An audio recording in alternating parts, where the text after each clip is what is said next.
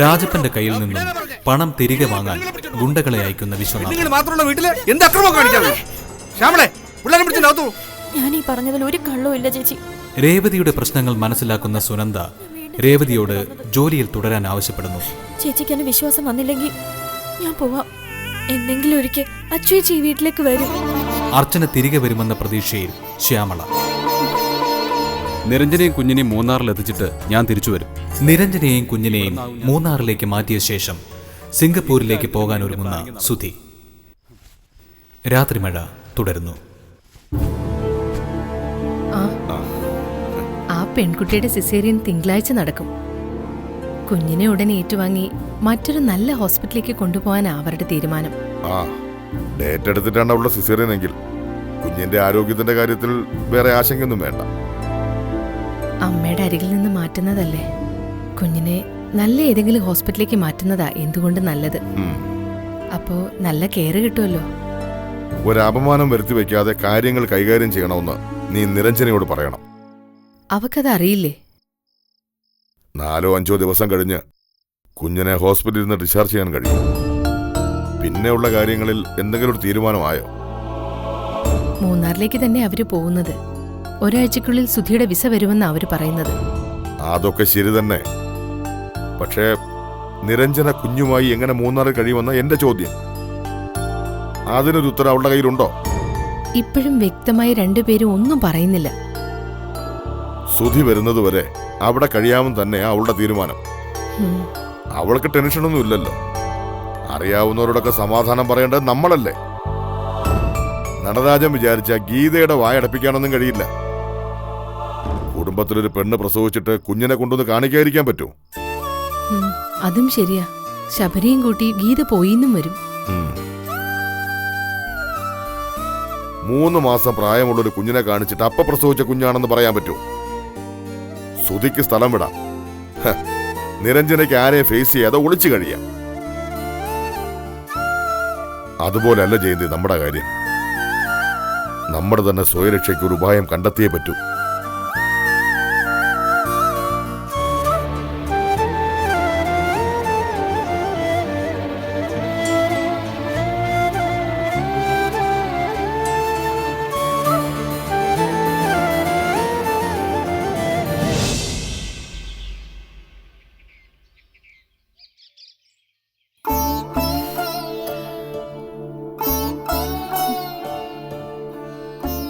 കുടിക്കുമോളെ.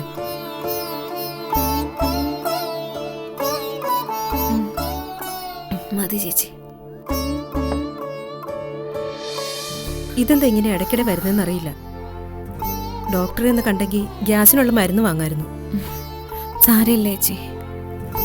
വിവരം പറഞ്ഞ് മരുന്ന് വാങ്ങാനും പറ്റില്ല. ഇപ്പൊ എങ്ങനെയുണ്ട്? കുറച്ചു നേരം കിടന്നോ ചേച്ചി?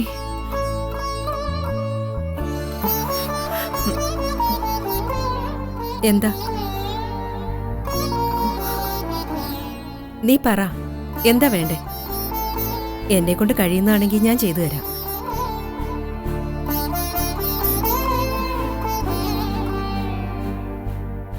മടിക്കണ്ട, പറഞ്ഞോ. ചേച്ചിക്ക് വിഷമാവും. നീ പറ അർച്ചനെ. ചേച്ചി എന്നോട് സ്നേഹം കാണിക്കുമ്പോ വേണ്ട. ഇത് നല്ല കാര്യായി. നിന്റെ മനസ്സിലുള്ളത് പറഞ്ഞാലല്ലേ ഞാൻ അറിയൂ. എനിക്ക് കുഞ്ഞമ്മയുടെ ശബ്ദം ഒന്ന് കേൾക്കണമെന്നുണ്ട് ചേച്ചി.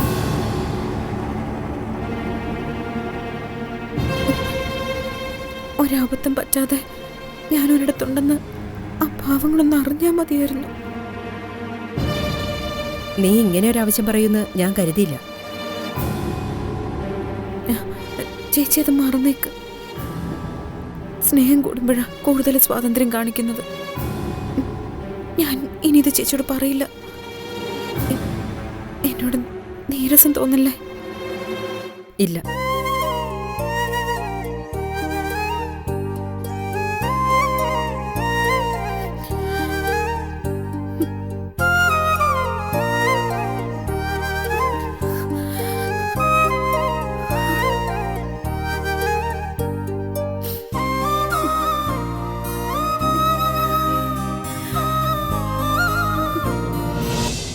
ഇതൊക്കെ ഇങ്ങനെയേ വരൂ. ദൈവം മുകളിലിരുന്നെല്ലാം കാണുന്നുണ്ട്. തട്ടിച്ചും വെട്ടിച്ചും ഉണ്ടാക്കിയതൊന്നും ഉപകാരപ്പെടില്ല. ദൈവം മുകളിലിരുന്ന് എല്ലാം കണ്ടിട്ടാ ചേച്ചിക്ക് ഇങ്ങനെ ഒരു വിധി ഉണ്ടായത്. ഞാൻ ഈ ദൈവത്തെ ഒന്നും വിശ്വസിക്കില്ല. നിനക്കൊരു കോളുണ്ട്. ആരാ? നമ്പർ മാത്രമേ ഉള്ളൂ. എടുത്തു നോക്കാരാന്ന്. ഇപ്പൊ കട്ടാവും. ഹലോ മോളെ, എന്റെ ഈശ്വര, അച്ചുവേച്ചി. അച്ചുവേച്ചിയോ? മോളെ, ഞാന് അച്ചുവേച്ചി. ചേച്ചി നീ ഒന്ന് തന്നേ. മോളെ, കുഞ്ഞമ്മയാ. കുഞ്ഞമ്മ, കുഞ്ഞമ്മ. എന്റെ പൊന്നുമോളെ, നീ ഇപ്പൊ എവിടെയാ? എനിക്ക് സുഖ കുഞ്ഞമ്മ. നീ എവിടെ ഉണ്ടെന്ന് പറ. കുഞ്ഞമ്മ ഇപ്പൊ അതൊന്നും എന്നോട് ചോദിക്കരുത്. കാർത്തിയാനിയുടെ വീട്ടിൽ നിന്ന് നീ പോയെന്ന് ഞങ്ങൾ അറിഞ്ഞു. മോളെ, നിന്നെ അവരെങ്ങോട്ടാ കൊണ്ടുപോയത്? ഒന്ന് പറ മോളെ. എനിക്ക് ഒരാപത്ത് ഇതുവരെ വന്നിട്ടില്ല കുഞ്ഞമ്മ. ഞാൻ എവിടെ ഉണ്ടെന്ന് മാത്രം കുഞ്ഞമ്മ എന്നോട് ചോദിക്കരുത്. അമ്മ ഇങ്ങത്താ. ചേച്ചി, മോളെ, ചേച്ചിയുടെ ഫോൺ എന്ത് ചെയ്തു? അത് കേടായി മോളെ. അതുകൊണ്ട് നിങ്ങളെ വിളിക്കാൻ പറ്റാതിരുന്നത്. അപ്പോ ഇതാരുടെ ഫോണിന്നാ? അത് ഞാനിന്ന് ഹോസ്പിറ്റലിൽ വന്നിരുന്നു. ഇവിടെ വെച്ച് പരിചയപ്പെട്ട ഒരു സ്ത്രീയുടെ കയ്യിൽ നിന്ന് ഫോൺ വാങ്ങി വിളിച്ചതാ. അവരെ അച്ചുവേച്ചിക്ക് അറിയോ? ഞാനെങ്ങനെ അറിയാനാ? അതെ, ഇനി ഈ ഫോണിലേക്ക് വിളിക്കണ്ട. അച്ചുവേച്ചി, അമ്പിളി മോളെ. അച്ചുവേച്ചി, കരയല്ലേ മോളെ. അച്ചുവേച്ചിക്ക് ഒരാപത്തും വന്നിട്ടില്ല. ഇങ്ങോട്ട് തന്നെ തന്നെ ഞാനൊരു കാര്യം പറയട്ടെ. മോളെ, മോളെ ഡേറ്റ് എടുത്തില്ലേ? അതെ കുഞ്ഞമ്മ. മോളെ, ആശുപത്രിയിൽ അഡ്മിറ്റ് ആവുമ്പോ ആരുടെയെങ്കിലും ഫോൺ വാങ്ങി കുഞ്ഞമ്മ വിളിക്കണേ. വിളിക്കാം കുഞ്ഞമ്മ. നീ എവിടെയായാലും ഞാൻ വരും. ശരി കുഞ്ഞമ്മ, ഞാൻ വെക്കുവാ. വെക്കല്ലേ മോളെ.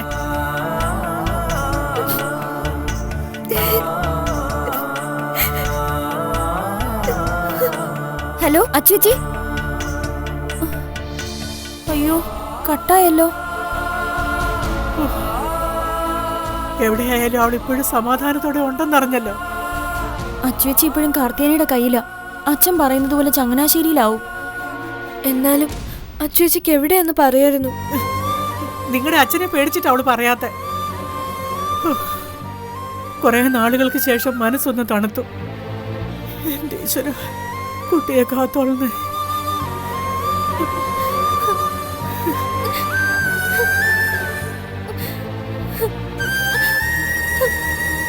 എന്താടി, സന്തോഷിക്കല്ലേ വേണ്ടത്? എനിക്ക് അച്ചുവേച്ചിയോട് സംസാരിക്കാൻ പോലും പറ്റിയില്ല. അപ്പോഴേക്ക് സങ്കടം വന്നു. കരയണ്ട, അച്ചുവേച്ചി വേഗം വരും.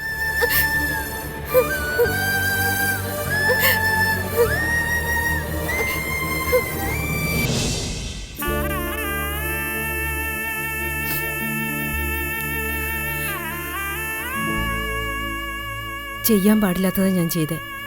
ഇതറിഞ്ഞ കാർത്തിയാനി എന്നെ കൊല്ലും. നിന്നെ ഇവിടുന്ന് എവിടേക്കെങ്കിലും കൊണ്ടുപോവുകയും ചെയ്യും. ഞാൻ പറയൂ ചേച്ചി. നിന്റെ സങ്കടം കണ്ട് ഞാൻ ഫോൺ തന്നുപോയതാ. എന്തു ചെയ്യാം, എന്റെ മനസ്സ് അങ്ങനെ ആയിപ്പോയി. ഇവിടുന്ന് പോകുന്നത് വരെ ഇനി ഞാൻ ചേച്ചിയോട് ഇങ്ങനെ ഒരു ആവശ്യം പറയില്ല. അവരുടെ ശബ്ദം ഒന്ന് കേൾക്കാൻ കഴിഞ്ഞത് തന്നെ എന്റെ ഭാഗ്യം. അവരിനി എന്റെ നമ്പറിലേക്ക് വിളിച്ചാലോ? വിളിക്കില്ല. ഞാൻ പറഞ്ഞത് ചേച്ചി കേട്ടില്ലേ? അവര് കാർത്തിയാനി കാണുമ്പോ ഈ വിവരം പറയൂന്ന് എന്റെ പേടി. പറയില്ല. അവർക്കത് നന്നായിട്ടറിയാം. ചേച്ചി കരുതുന്ന പോലെ അല്ല അവര്. അല്ല, നിന്റെ ഫോൺ എന്ത് ചെയ്തു?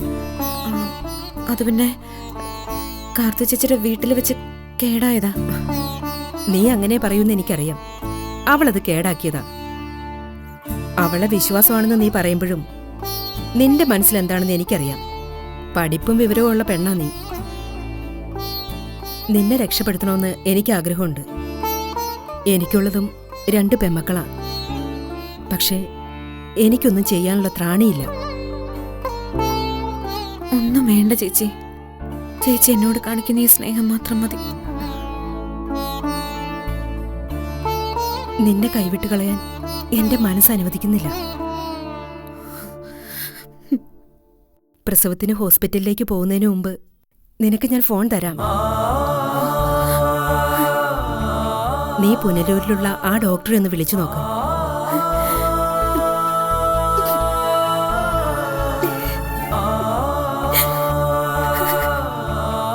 നിന്നെയും കുഞ്ഞിനെയും രക്ഷിക്കാമെന്ന് അവര് വാക്ക് തന്നിട്ടുണ്ടോ? ഉണ്ട് ചേച്ചി. പക്ഷേ ആ ഹോസ്പിറ്റലിലേക്ക് ചെല്ലണം. എന്നെ കൊണ്ടുപോകുന്നത് തിരുവനന്തപുരത്തേക്കല്ലേ? അവരൊരു ഡോക്ടറല്ലേ? നീ ഏത് ഹോസ്പിറ്റലിലായാലും അവര് വിചാരിച്ചാ നിന്നെ രക്ഷിക്കാൻ കഴിയും. ഇതൊന്നും കാർത്തിയായനെ അറിയാതിരുന്ന മാത്രം മതി. നിന്നെ കൊണ്ടുപോകാൻ കാർത്തിയായനി എത്തുന്നതിന് മുമ്പ് നിനക്ക് ഞാൻ ഫോൺ തരും. മതി ചേച്ചി.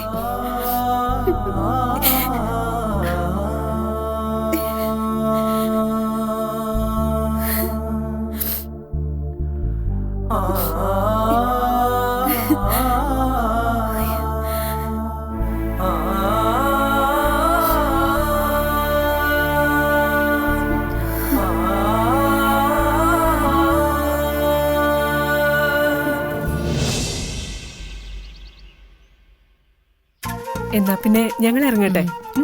എന്നാ ശരി ആന്റി. ആ വന്നല്ലോ. നിങ്ങൾ വന്നിട്ട് കുറെ നേരമായോ? അരമണിക്കൂറായി മോളെ. ഞങ്ങൾ ഇറങ്ങാൻ തുടങ്ങിയതാ. ട്രെയിനിങ് എന്ന് തുടങ്ങൂടാ? 1 മാസത്തിനുള്ളിൽ ഉണ്ടാവും. അപ്പോ ട്രെയിനിങ് കഴിയുന്നത് വരെ നീ രംഗത്തുണ്ടാവില്ല. എന്താടാ നീ അങ്ങനെ പറഞ്ഞത്? ഒന്നുമില്ലടാ, ഒരാവശ്യമോ അനാവശ്യമോ വന്നാ നിന്റെ സഹായം ഉണ്ടാവില്ലെന്ന് കരുതിയ. നിന്റെ ഏത് അനാവശ്യത്തിലാടാ ഞാൻ ഇടപെട്ടത്? അല്ല, അത് ഇനിയും വരാലോ. നിങ്ങളൊന്ന് നിർത്തുന്നുണ്ടോ? ശബരി IPS കാരനാവേണ്ടതായിരുന്നു. അതിനെ തലയ്ക്കകത്ത് വല്ലതും വേണം. നീ പോടാ, സർവീസ് കയറട്ടെ, പിന്നെ നീ കാണും ശബരിയുടെ ഒരു വളർച്ച. പിന്നെ 5-ാം മാസത്തെ ചടങ്ങ് നടത്തണമെന്ന് ഞാൻ ജയന്തിയോട് പറയുമായിരുന്നു. അതെന്ത് ചടങ്ങ് ആന്റി? ഒരു പെണ്ണ് ഗർഭിണിയായ അങ്ങനെ ചില ചടങ്ങുകളൊക്കെ ഉണ്ട്. അതൊന്നും വേണ്ട ആന്റി. ഞങ്ങളുടെ കുടുംബത്തിൽ അങ്ങനെ ചടങ്ങുകളൊന്നുമില്ല. കാലം മാറിയില്ല ആന്റി. ഇപ്പൊ ഡെലിവറിക്ക് വരെ പെണ്ണ് അവളുടെ വീട്ടിലേക്ക് പോകാറ് പോലുമില്ല. അത് നിനക്ക് ഇടയ്ക്കിടയ്ക്ക് അവിടെ ചെന്ന് നിൽക്കാനുള്ള മടി കൊണ്ട് പറയുന്നതാ. നീ ഒരുത്തി കെട്ടാൻ പോവല്ലേ? നീ കല്യാണം കഴിഞ്ഞ് അവളുടെ വീട്ടിലങ്ങ് കുടിക്കൂ. ആവശ്യത്തിന് അങ്ങോട്ടും ഇങ്ങോട്ടൊക്കെ പോണം. കല്യാണം കഴിഞ്ഞാലെങ്കിലും ഇവനൊരു മാറ്റം വരുമെന്നാ ഞാൻ കരുതിയത്. പക്ഷെ സംഭവിച്ചെന്താ, ഇവൻ നിരഞ്ജനെ കൂടി മാറ്റിയെടുത്തു. എങ്ങനെ ആയാലും എന്താടാ, ഞങ്ങള് സമാധാനത്തോടെ ജീവിക്കുന്നില്ലേ? ജയന്തി എന്താ ഒന്നും പറയാത്തത്? നമ്മൾ ഇവര് പറയുന്നൊന്നും കാര്യമാക്കണ്ട. ചടങ്ങ് നടത്തണം. ഇവർക്ക് താല്പര്യമില്ലെങ്കിൽ ഞാനെന്ത് പറയാനാ? പിന്നെ ഈ ചടങ്ങ് മാത്രം നടത്തിയിട്ടും കാര്യമില്ല. 7-ാം മാസം മറ്റൊരു ചടങ്ങ് കൂടിയില്ലേ? അത് നടക്കുമെന്ന് എനിക്ക് തോന്നുന്നില്ല. അതെന്താ? ഓരോ ദിവസവും ഇവരുടെ ഭാഗത്തുനിന്ന് കേൾക്കുന്നത് പുതിയ പുതിയ വാർത്തകളാ. ഇവ സിംഗപ്പൂരിൽ പോയിട്ട് 1-2 മാസത്തിനുള്ളിൽ നിരഞ്ജനെ കൂടി അങ്ങോട്ട് കൊണ്ടുപോകുന്ന ഇപ്പൊ പറയുന്നത്. സത്യമാണോടാ? നീ പോയ നിരഞ്ജന 3 കഴിയുമെന്നല്ലേ നീ ആദ്യം പറഞ്ഞത്? അങ്ങനെയും ചില ആലോചനകളൊക്കെ നടക്കുന്നുണ്ട്. ആലോചനയല്ല, ഇവൻ പോയ പിന്നാലെ ഇവളും പോവും. ഡെലിവറിയും അവിടെ വെച്ചാവും.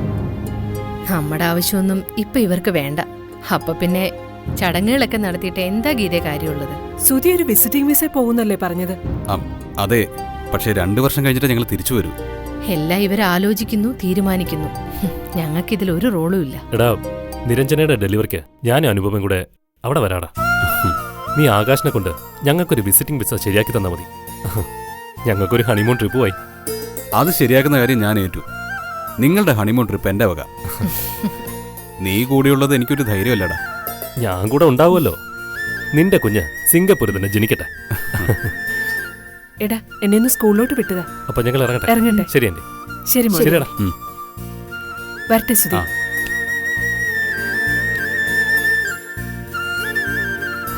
അന്നേരം അമ്മയ്ക്ക് അങ്ങനെ ഒരു ബുദ്ധി തോന്നിയത് നന്നായി.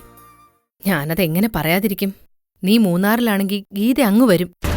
എനക്ക് വേണമെങ്കിൽ വെച്ച് കെട്ടി നിന്ന് ഗർഭിണിയായിട്ട് അഭിനയിക്കാൻ പറ്റും.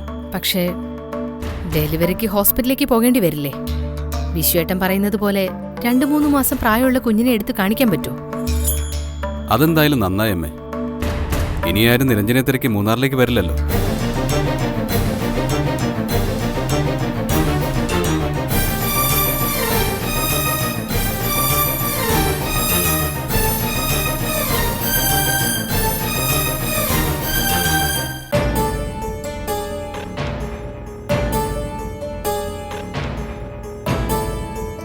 ഇപ്പൊ ഈ നാടകം പൊളിഞ്ഞു പോകാതെ നിലനിർത്തേണ്ടത് അമ്മയുടെ കൂടെ ബാധ്യതയായിരിക്കുന്നു. അമ്മയ്ക്ക് മാത്രമല്ല അച്ഛനും അതുണ്ട്. അമ്മയെ ചതിക്കുന്നത് ഓർക്കുമ്പോ വല്ലാത്ത കുറ്റബോധം തോന്നിപ്പോകുന്നു.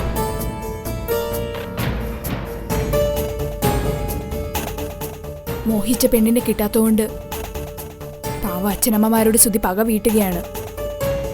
പക്ഷം പിടിക്കാതെ ചിന്തിച്ച സുധി അവരോട് ചെയ്യുന്നത് വലിയൊരു തെറ്റാണ്.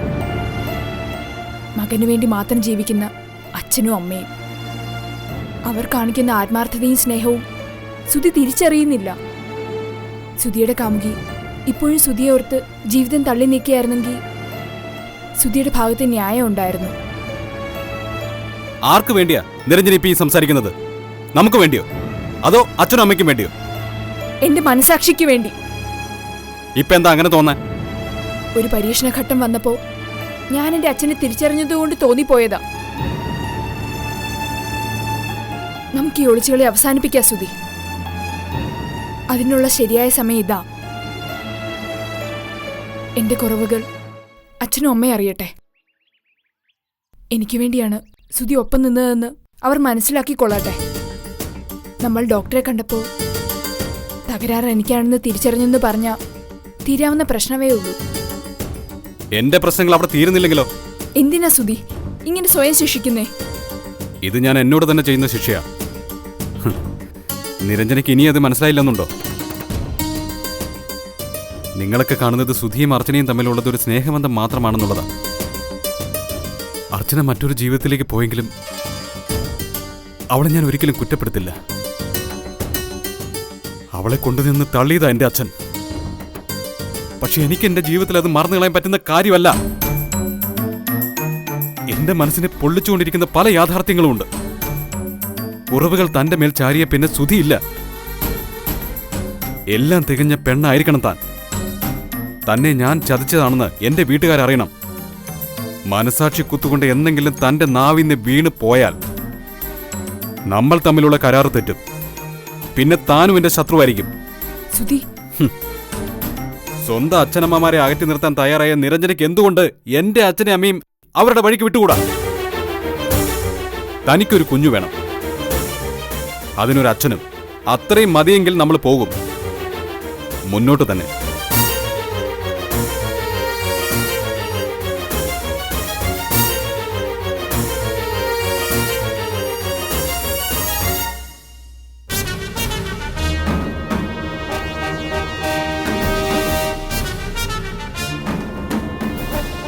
നിങ്ങളുടെ ആഗ്രഹം തന്നെ നടന്നേനെ. എവിടുന്നോ വന്ന തെമ്മാടികൾ ഈ പെമ്മക്കളെയും കൊണ്ട് പോയാ കിട്ടുന്ന വിലയ്ക്ക് വീട് വിറ്റിട്ട് പോകാം. നിങ്ങൾക്ക് ഇനി ഒരു ബന്ധം കിട്ടാൻ ഒരു പ്രയാസവും ഇല്ലെന്ന് എനിക്കറിയാം. രാജപ്പൻ ജീവിച്ചു കാണിക്കുന്നല്ലേ പറഞ്ഞത്, അത് കാണാൻ ഞങ്ങൾ ഉണ്ടാവില്ല. അവന്മാർ നിങ്ങളെ ഉപദ്രവിച്ചോടി. അവരെന്തൊക്കെയാ കാട്ടിക്കൂട്ടിയതെന്ന് അച്ഛന്റെ മുഖത്ത് നോക്കി എങ്ങനെ പറയും? ഇനി ഈ പിള്ളേരുടെ ജീവിതത്തിന് എന്തുറപ്പുണ്ട്? നിങ്ങളത് പറയണം. നിങ്ങൾക്ക് ഇവരെ സംരക്ഷിക്കാൻ പറ്റിയില്ലെങ്കിൽ എനിക്കത് അറിയണം. ഇതൊക്കെ കൊണ്ട് ഇവിടുന്ന് പോകാമെന്ന് ഞാൻ പറഞ്ഞത്. ഇവിടെ ജീവിക്കാൻ അയാൾ സമ്മതിക്കില്ല. അയാൾ തന്ന പണമൊന്നും ഞാൻ ദൂരത്തടിച്ചിട്ടില്ല. ഇപ്പോൾ ഈ വീടും പറമ്പും മാത്രമേ നമ്മുടെ കയ്യിലുള്ളൂ. ബ്ലേഡുകാരൻ്റെ കൈ കൊടുത്ത് കാശ് മുഴുവനും പോയി. 20 ലക്ഷത്തിന് വാങ്ങിയ ഈ വീടിനും പറമ്പിനും ഇപ്പോൾ പറയുന്ന വില 12 ലക്ഷം രൂപയാ. നിങ്ങൾ എൻ്റെ കൂടെ വാ. കിട്ടുന്ന വിലയ്ക്ക് ഇത് വിറ്റ് നമുക്ക് തമിഴ്നാട്ടിലേക്ക് വണ്ടി കയറാം. ഏതെങ്കിലും ഒരു കുഗ്രാമത്തിൽ ചെന്ന് ജീവിക്കാം. പിന്നെ എൻ്റെ ഭാഗത്തു നിന്നുണ്ടായ തെറ്റുകളൊക്കെ ഞാൻ സമ്മതിക്കാം. ചെവളയെ വിളിച്ചു വരുത്തി അർച്ചനയ്ക്ക് വേണ്ടി ആലോചിച്ചു എന്നൊരു തെറ്റ് മാത്രമേ എൻ്റെ ഭാഗത്തു നിന്നുണ്ടായിട്ടുള്ളൂ. അതല്ലാതെ അച്ഛൻ ചെയ്ത പാതകം എന്താ? അതൊരു വലിയ തെറ്റല്ലേ? അച്ഛനത് സമ്മതിച്ചില്ലേ? നമുക്കിവിടുന്ന് പോവാം മക്കളെ. നിങ്ങൾക്ക് എന്തെങ്കിലും സംഭവിച്ചു പോയാൽ പിന്നെ അച്ഛനത് സഹിക്കാൻ പറ്റില്ല. ഓ, അച്ഛന്റെ മക്കൾക്കൊരു അപകടം വന്നപ്പോ അച്ഛന്റെ മനസ്സ് നൊന്തു. അതുപോലൊരു മകളാ അച്ചുവേച്ചി. അച്ഛൻ ആരും അല്ലെങ്കിലും അച്ചുവേച്ചി ഞങ്ങളുടെ സ്വന്തം ചേച്ചിയാ. ഞങ്ങൾ എവിടെ പോയി ജീവിച്ചാലും ആ സങ്കടം മനസ്സിൽ നിന്ന് പോവില്ല. ഇപ്പോഴും ഇവിടുന്ന് വരില്ലെന്ന വാശിയാണ് നിങ്ങൾക്ക്. ഈ പിള്ളേരെ കൊണ്ട് എവിടേക്കെങ്കിലും പോയാലോ എന്ന് വിചാരിച്ചതാ ഞാൻ. പക്ഷെ ഇനി ഞങ്ങൾക്ക് അതിന് കഴിയില്ല. ഞങ്ങൾ എങ്ങോട്ടും ഇല്ല. എടി, ഞാനൊരു കാര്യം ചോദിച്ചാ അച്ഛൻ സത്യം പറയൂ? അല്ല, അച്ഛൻ തെറ്റ് സമ്മതിച്ചോണ്ട് ഞാൻ ചോദിക്കുന്നത്. ആ നീ പറ. അച്ചുവേച്ചിയെ കണ്ടെത്താൻ അച്ഛന് കഴിഞ്ഞ ആ SP-ക്ക് വിട്ടുകൊടുക്കോ?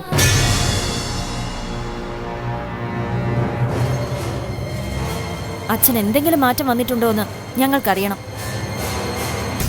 ഇനിയും നിങ്ങൾ അതിന് തുനിഞ്ഞിറങ്ങിയ മക്കള് പോലും നിങ്ങളോട് പൊറുക്കില്ല.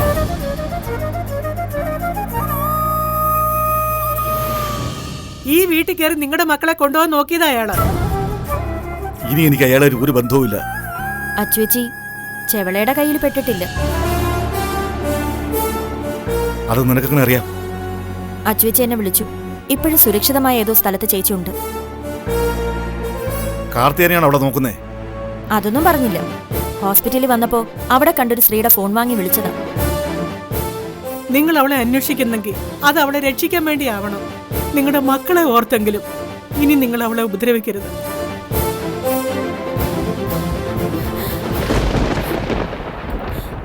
അച്ഛൻ ഇനി അച്ചുവേച്ചി പിടിച്ച് SP-ക്ക് കൊടുക്കരുത്.